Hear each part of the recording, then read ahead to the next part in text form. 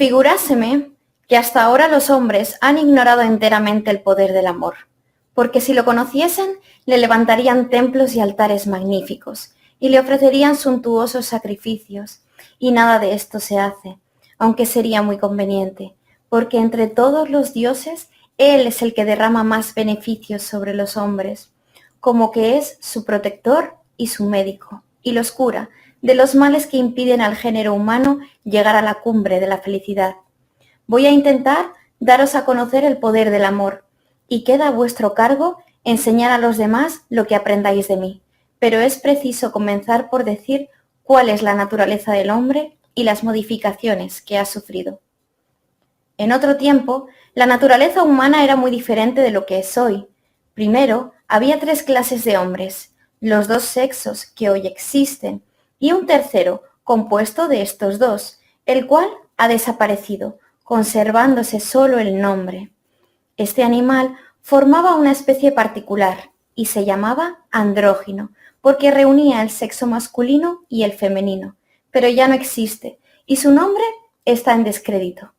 En segundo lugar, todos los hombres tenían formas redondas, la espalda y los costados colocados en círculo, 4 brazos, 4 piernas, 2 fisonomías, unidas a un cuello circular y perfectamente semejantes, una sola cabeza, que reunía estos 2 semblantes opuestos entre sí, 2 orejas, 2 órganos de la generación y todo lo demás en esta misma proporción.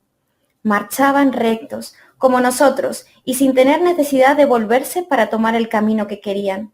Cuando deseaban caminar ligeros, se apoyaban sucesivamente sobre sus 8 miembros y avanzaban con rapidez, mediante un movimiento circular, como los que hacen la rueda con los pies al aire. La diferencia que se encuentra entre estas 3 especies de hombres nace en la que hay entre sus principios. El sol produce el sexo masculino, la tierra el femenino y la luna el compuesto de ambos, que participa de la tierra y del sol. De estos principios recibieron su forma y su manera de moverse, que es esférica. Los cuerpos eran robustos y vigorosos y de corazón animoso, y por esto concibieron la atrevida idea de escalar el cielo y combatir con los dioses, como dice Homero en Efiates y Deoto. Júpiter examinó con los dioses el partido que debía tomarse. El negocio no carecía de dificultad. Los dioses no querían anonadar a los hombres, como en otro tiempo a los gigantes, fulminando contra ellos sus rayos, porque entonces desaparecerían el culto y los sacrificios que los hombres le ofrecían. Pero por otra parte, no podían sufrir semejante insolencia. En fin, después de largas reflexiones, Júpiter se expresó en estos términos: creo haber encontrado un medio de conservar los hombres y hacerlos más circunspectos, y consiste en disminuir sus fuerzas. Los separaré en 2, así se harán débiles, y tendremos otra ventaja, que será la de aumentar el número de los que nos sirven. Marcharán rectos sosteniéndose en 2 piernas solo, y si después de este castigo conservan su impía audacia y no quieren permanecer en reposo, los dividiré de nuevo, y se verán precisados a marchar sobre un solo pie, como los que bailan sobre odres en la fiesta de Caco. Después de esta declaración, el dios hizo la separación que acababa de resolver, y la hizo lo mismo que cuando se cortan huevos para salarlos, o como cuando un cabello se divide en 2 partes iguales. Enseguida mandó a Apolo que curase las heridas y colocase el semblante y la mitad del cuello del lado donde se había hecho separación, a fin de que la vista de este castigo los hiciese más modestos.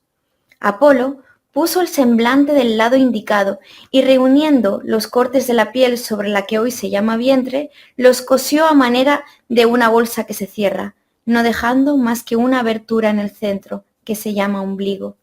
En cuanto a los otros pliegues, que eran numerosos, los pulió y arregló el pecho con un instrumento semejante a aquel que se sirve en los zapateros para suavizar la piel de los zapatos, y solo dejó algunos pliegues sobre el vientre y el ombligo, como el recuerdo del antiguo castigo. Hecha esta división, cada mitad hacía esfuerzo para encontrar la otra mitad de que había sido separada, y cuando se encontraban ambas, se abrazaban y se unían, llevadas del deseo de entrar en su antigua unidad, con un ardor tal que abrazadas perecían de hambre e inacción, no queriendo hacer nada la una sin la otra.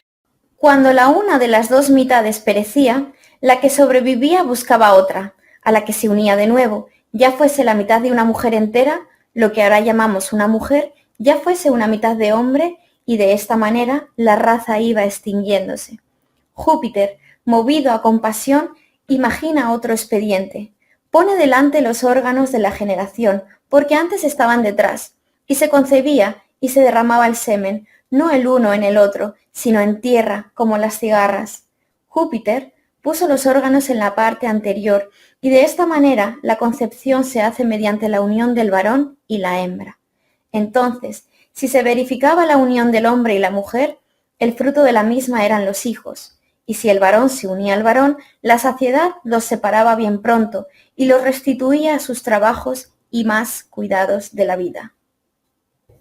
De aquí procede el amor que tenemos naturalmente los unos a los otros. Él nos recuerda nuestra naturaleza primitiva y hace esfuerzos para reunir las dos mitades y para restablecernos en nuestra antigua perfección. Cada uno de nosotros no es más que una mitad de hombre que ha sido separada de su todo, como se divide una hoja en dos. Estas mitades buscan siempre sus mitades. Los hombres que provienen de la separación de estos seres compuestos, que se llaman andróginos, aman a las mujeres, y la mayor parte de los adúlteros pertenecen a esta especie, así como también las mujeres que aman a los hombres. Las mujeres que provienen de la separación de las mujeres primitivas no llaman la atención los hombres y se inclinan más a las mujeres. A esta especie pertenecen las tribactes. Del mismo modo, los hombres que provienen de la separación de los hombres primitivos buscan el sexo masculino. Mientras son jóvenes, aman a los hombres, se complacen en dormir con ellos y estar en sus brazos. Son los primeros entre los adolescentes y los adultos. Como que son de una naturaleza mucho más varonil. Sin razón, se les echa en cara que viven sin pudor, porque no es la falta de éste lo que les hace obrar así, sino que dotados de alma fuerte, valor varonil y carácter viril, buscan sus semejantes, y lo prueba que con el tiempo son más aptos que los demás para servir al Estado. Estos hombres, a su vez, aman los jóvenes, y si se casan y tienen familia, no es porque la naturaleza los incline a ello, sino porque la ley les obliga. Lo único que prefieren es pasar la vida los unos con los otros en el celibato. El único objeto de los hombres de este carácter, amen o sean amados, es reunirse a quienes se les asemeja.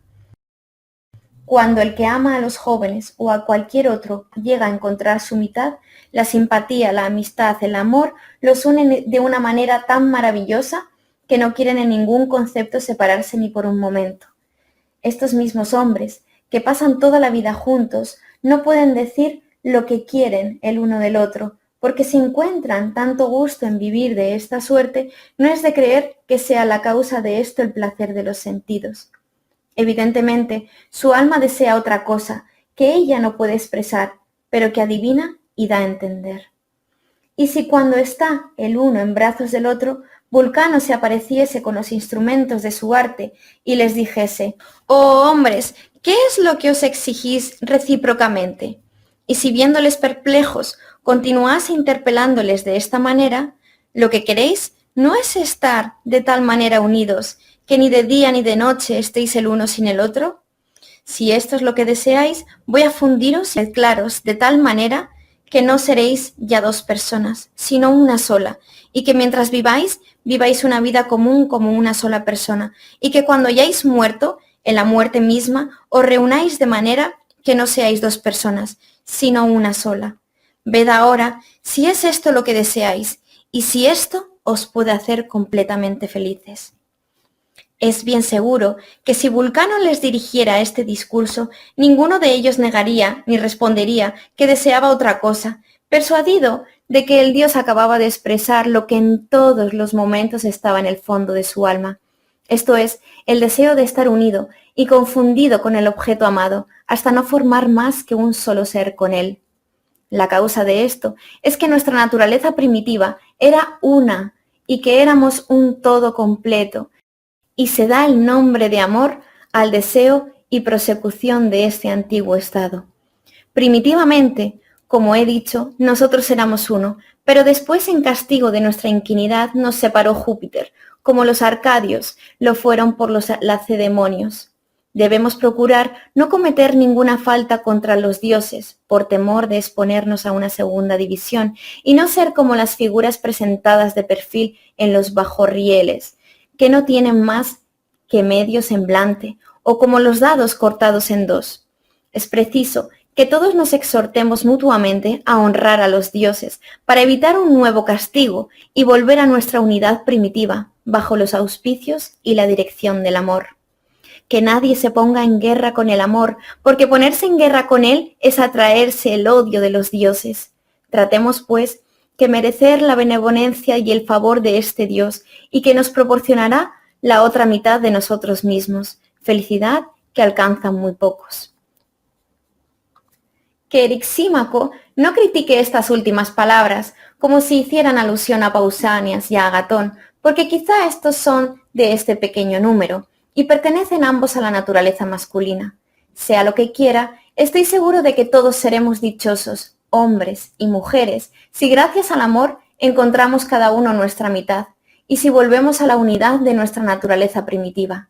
Ahora bien, si este antiguo estado era el mejor, necesariamente tiene que ser también mejor el que más se le aproxime en este mundo, que es el de poseer a la persona que se ama según se desea.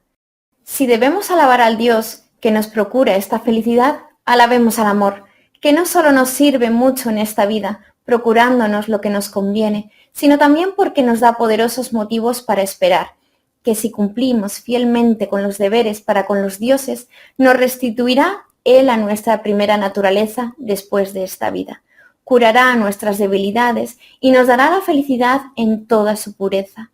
He aquí, Erixímaco, mi discurso sobre el amor,